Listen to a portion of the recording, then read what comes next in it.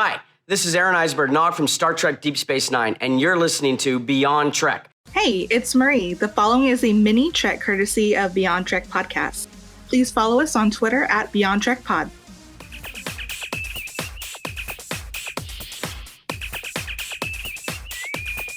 Red alert.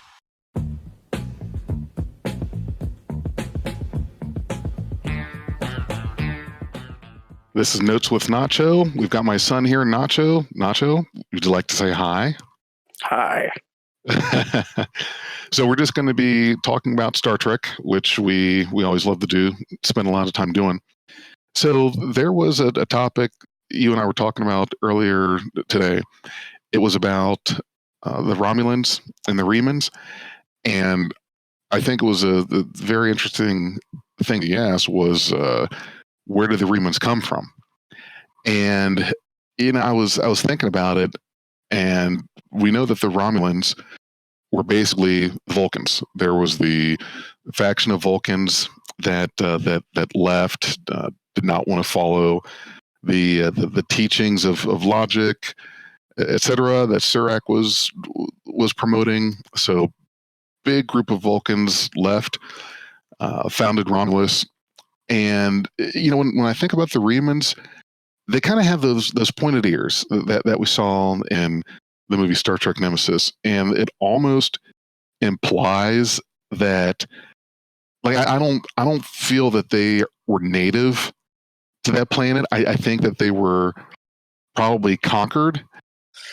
Well, I mean, when you say it like that, it kind of sounds like every species you see with pointy ears is a Vulcan or related to.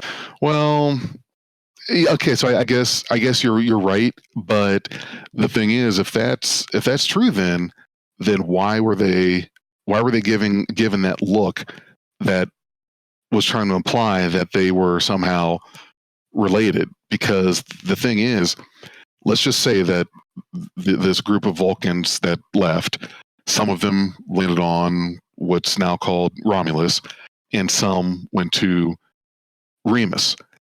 So what I'm having a hard time with is that after a couple thousand years or whatever, that the Remans look the way they do and the Romulans look the way they do, if they're both supposed to have been Vulcans, started out as Vulcans. That's kind of the problem I have. Well, like I said earlier, they might have just adapted to the environment on their planets. They're both different. Yeah, that's true. That's true. I guess that's a good point. So enough about Romulans and Remans. Did you see the new poster for Star Trek Picard that's out now? No, is there? Yeah, there is. Basically, it's a picture of Picard looking over his vineyard. He's got a dog sitting there next to him. You know what the dog's name is? Well, not confirmed name, but do you know what's on his collar? What it says on his collar? Orphos, Archer's dog's name. No, it says number 1. Oh, that's actually dorky, but it's kind of funny, I guess. Well, yeah. So there's a lot of speculation about that part of it. So with Picard, and this is something that we talked about in a recent podcast, was, and this has been going around a lot, guest stars, like who's going to be in it from the Next Generation or Voyager or Deep Space Nine. Now, who do you want to see in the Star Trek Picard show? Honestly, yeah, Data would be cool, but now I kind of think about it out loud. Yeah, it would be CGI, but that wouldn't really be cool. I think honestly, I think one of the guys I want to see as guest star is probably the guy that plays, what's his name? Crap, what's his name? What's he do? What's he look like? What show? He's Dr. Crusher's son. Oh, Wesley Crusher. Yeah. Yeah. That would be really interesting. I'm really hoping that we do get Will Wheaton coming back to do the show. I think that would be pretty interesting to try to integrate him in. But The one that I think the two that keep getting mentioned a lot are Riker and Data. But here's the thing with Data is Brent Spiner has said that one of the big reasons why he wanted to end the character in Star Trek Nemesis was because he was just getting too old to play the role convincingly as an android. And everyone's talking about how a B4, who was the other Soong android that they found on that planet in Nemesis, well, he pretty much did a copy and paste of himself to B4. And so what a lot of people are talking about is that at some point B4 becoming quote unquote Data, and that was depicted in Star Trek Online. Do you remember seeing that? Oh yeah, didn't you say they might use CGI if C4D4 comes in? Yeah, I think I think that they would probably go that route. I really think that there's going to be two ways to do Data if they're going to do Data, and that's CGI or find an actor that very closely resembles Brent Spiner, so they can have a real person playing Data. I could go either way. I think I would be fine either way if we got Data back. But Brent Spiner would definitely do the voice for sure. He would do the voiceover part. I really don't think that we're going to see him physically portraying the B4 / upgraded to Data. Yeah, because apparently I just did quick research on Data and their butts and crap on them. Does that count as like the Star Trek timeline? Well, the only thing that's canon, which is accepted as canon's like the real stuff that really happened, is only what happened in any movies or episodes of the show. Books are considered beta canon. Like the books may have their own timeline, their own canon, but from what I understand, they can't trample over the movie and TV canon, but the movie and TV canon does not have to recognize the books or the comics.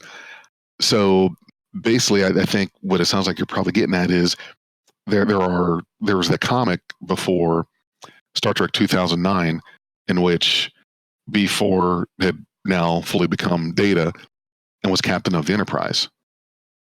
Yeah. Wasn't it the Enterprise F? I know it wasn't the E. It was. It was. I thought it was the E. Yeah, it was the E. It was. Yep. It was. I'm like 90% sure that in that comic it was the Enterprise E that he became the captain of. Well, yes, because they didn't want to. They didn't go that step of depicting a different Enterprise. Like there's a lot of thought and process that goes into the ship with that name. It's kind of like the contest they did for designing the Enterprise F in Star Trek Online. The F is honestly really confusing. It kind of looks like a hard design to make. It was, but you may not remember, but several years ago, when they wanted to finally bring or finally show the Enterprise in that game, there was this big design contest for it, where a bunch of artists submitted drawings and schematics and all kinds of things, and it was very carefully chosen as to whose drawing or whose artwork would be the one to represent the Enterprise F.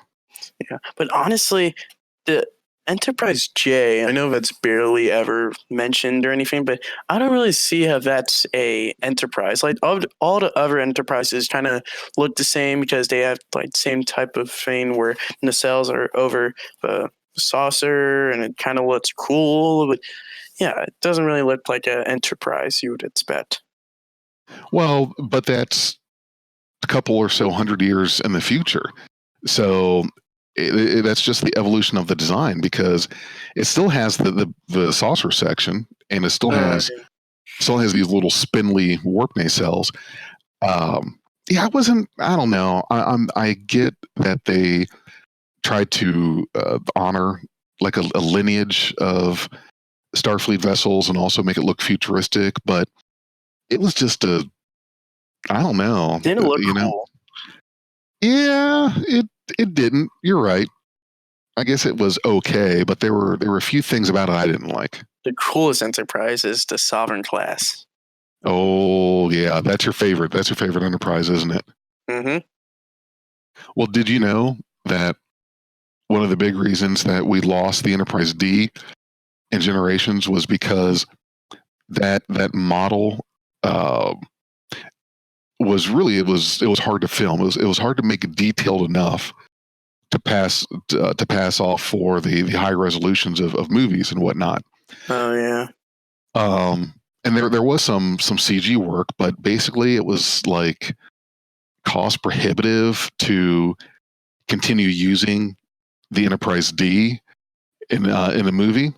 So that was the big reason why they wanted to get it written out, because they wanted to have a more movie appropriate ship to use. That was all digital. As far as I recall, there was not a physical Enterprise E that was made.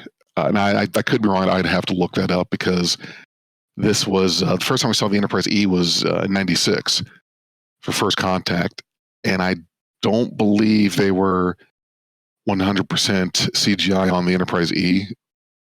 I could be wrong on that, but anyway, so yeah, that's was the big reason why we lost the Enterprise D, was so that they could move on and do a more movie appropriate ship. Yeah, honestly, it kind of sounds fair, because back then, with the technology they had, it doesn't really seem easy to use CGI for a big ship like that. Right. No, yeah, it wouldn't, and really that was a whole TV show ship and set.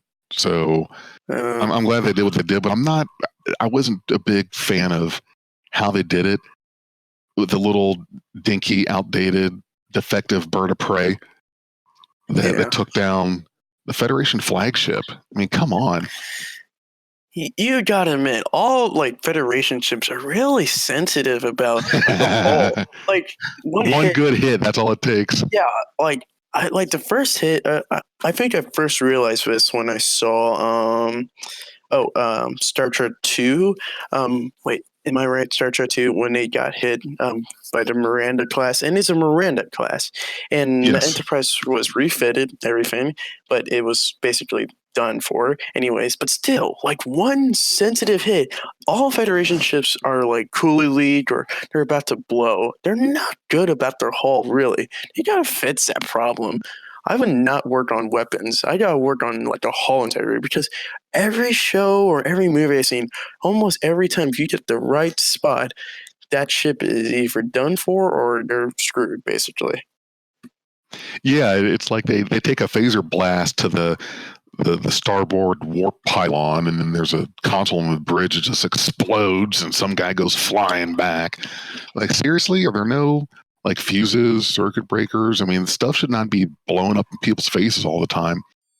Report. Sir, an unknown signal has interfered with the podcast. Can you locate it? Originating from Earth. It's a site called Anchor.fm. Open the channel. This is the part where I shill for Anchor.fm. Let's see. Anchor.fm has a complete toolbox that gives you total creative freedom to produce shows right from your ship's computer or personal communicator. Wait, what? And they take care of all the distribution so it shows up on Spotify, Apple Podcasts, and a bunch of other places?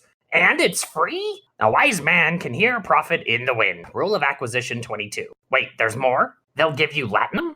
No? Just whatever money passes for currency on 21st century Earth? Good enough. Get on your pad and download the app, or bring up Anchor.fm right away. And remember Rule of Acquisition 33. It never hurts to suck up to the boss. Close the channel. We need to get the podcast back online. Boosting the signal gain now through the main deflector dish.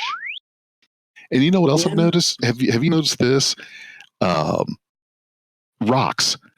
Like, Yeah, where did they come from? where's this freaking debris coming from? And it's silly because it just, I swear, it's always rocks notice that shooting on out. Bridge Crew. On Bridge Crew, every time I'm like on my console on Next Gen and everything, usually Next Gen, I always see rots like right next to me, like just like closely getting me. And I'm looking on like the whole bridge. I'm saying, where are they coming from? Is it like deteriorating or something? I don't see anywhere. I know it's a game, but still, made no sense where the rots were coming from. I really want, now I'm sure they're not really in universe rocks, but whatever this is that they're filming, what is this? Is this insulation? Is it, bunch of just random pieces of metal and debris? But I swear it's like they're blowing up freaking rocks on people, and it doesn't make any sense.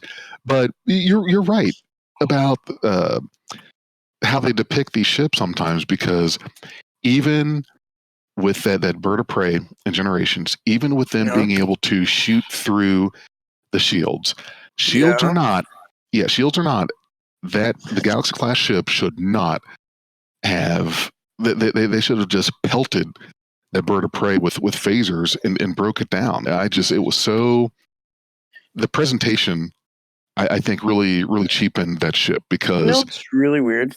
what's that? Like, okay, I know, like, I have a scale ship of the Galaxy class, but I know it's, like, not precise or probably not at all, but you can look at the, like, the engineering, the star drive, right? That is what it's called, right? In the next gens. Yep. Well, the star drive, and honestly, it looks like a thick material of hull. It doesn't look like it would get hit easily, but at the same time in the movie, it proved that it can get hit easily. So how thick do you think the hull is from the inside to the outside? Inches, or like, honestly, Now let's make it easy. Let's just say feet. Feet. Honestly, I would probably have to say maybe like maybe like as many feet as like maybe 10 feet max of hull. I would say 10 feet at least. You think so? Yeah, honestly, I think like if you design a starship, you would have to put a little extra stuff into it. Like, okay, the only thing it's actually no, I think probably 3 feet of it, because I like 10 feet better. I'm liking that a lot more than I am 3 feet, because I don't know. You're right. They're going to be in space, big space frame, supposed to be taking these hits like this.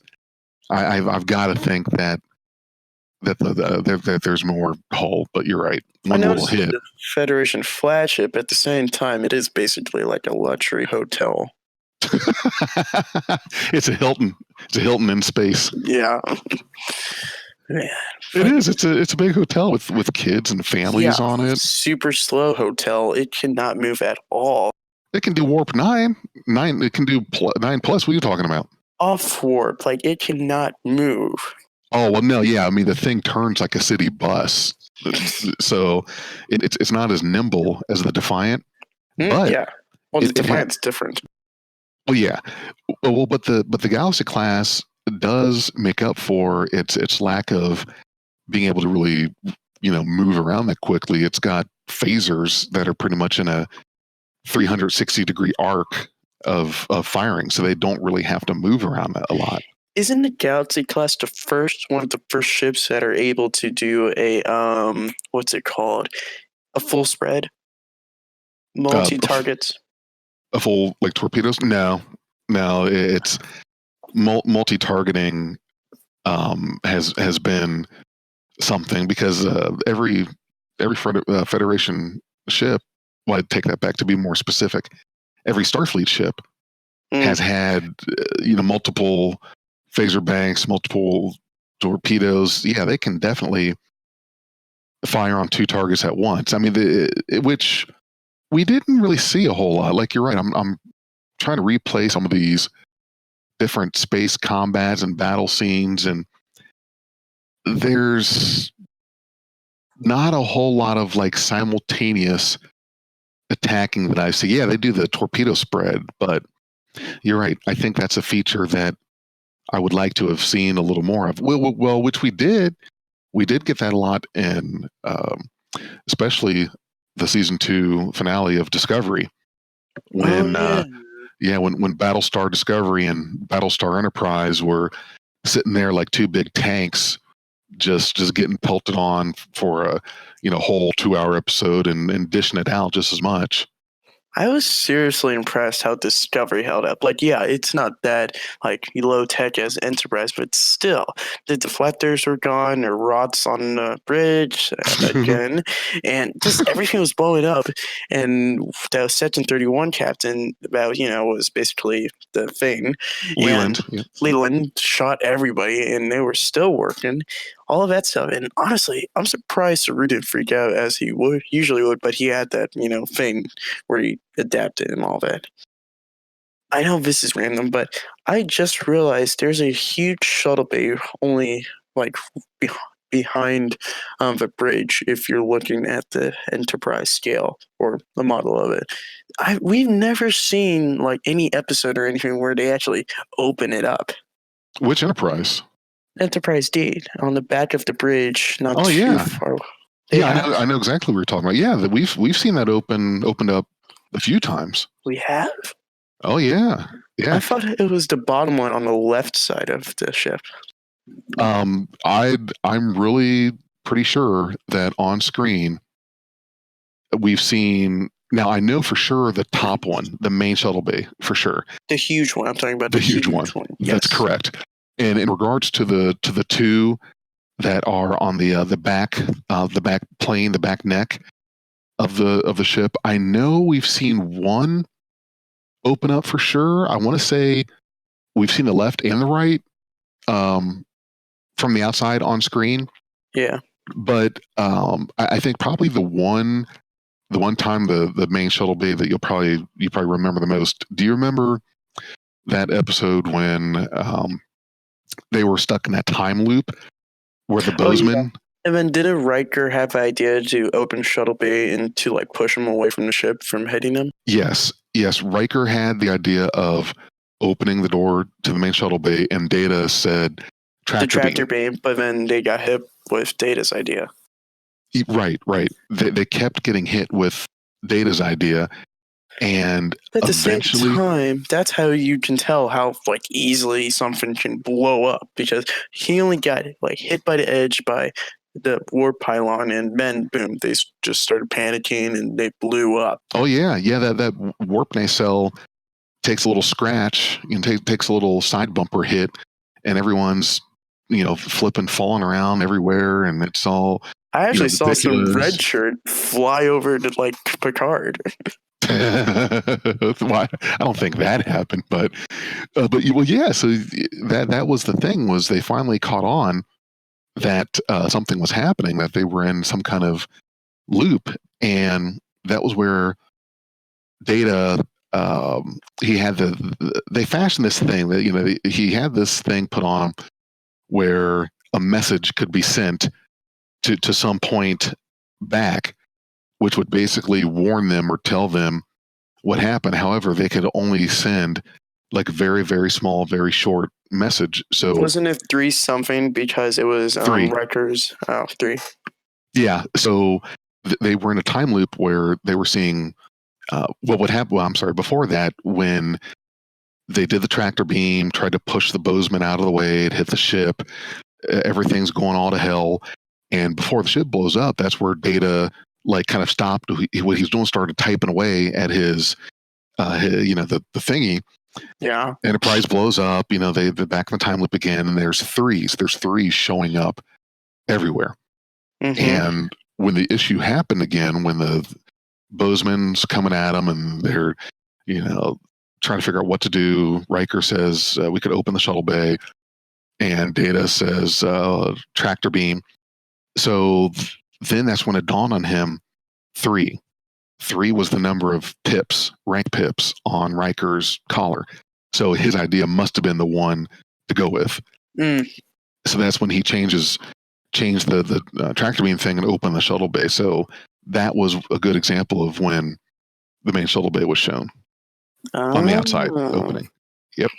I don't know if this is random, but remember that one episode when Worf was went for anomaly and he went to multiple versions in the multiverse where he was like Commander, Picard died, and all that. Yeah. Oh, yeah. That was a good one. Yeah, didn't everyone else start believing him right when Geordi, got like messages from his visor? Yes. Yes, because there was something about the visor that was affecting Worf's transitions. Yes. It was something happened with his visor whenever he got in the vicinity of Geordi is when it would kick off, his transition. And so Worf had finally got he got to a timeline where the Cardassians were about to attack the Enterprise, and the configuration of the tactical board was like different than what he was used to. And so they got attacked. Geordi died. Eventually, they finally found out that it was his visor. So they like took his visor, hooked it up, and changed it or something. So yeah, they did that. But my favorite part, one of my favorite parts of that episode was when they came across one of the Enterprises that came in there was one from a timeline in which the Borg like just wiped out everything, and Riker looked like just all levels of disheveled. Yeah. We won't go back. You don't know what it's like in our universe. The Federation is gone. God, he was whining like a little girl. Well, whining like a little girl. I mean, geez, if you were on the run constantly from the Borg, yeah, you'd be. I think crazy. Probably do either time travel or probably phaser to the head.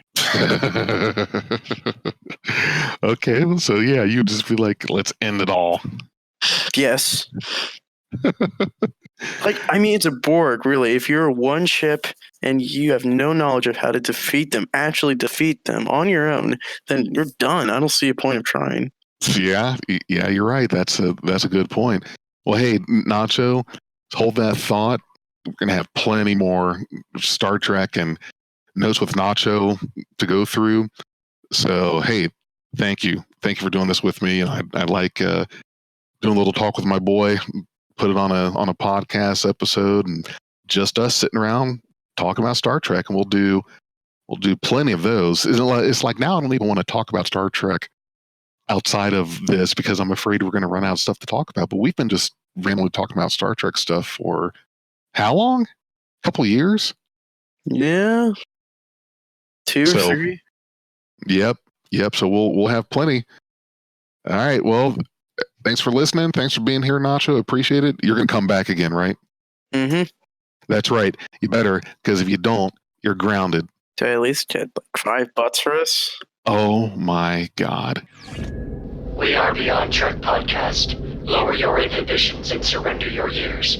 We will add inspirational and hilarious Trek content to your day. Your attention will adapt to subscribe to us. Resistance is futile.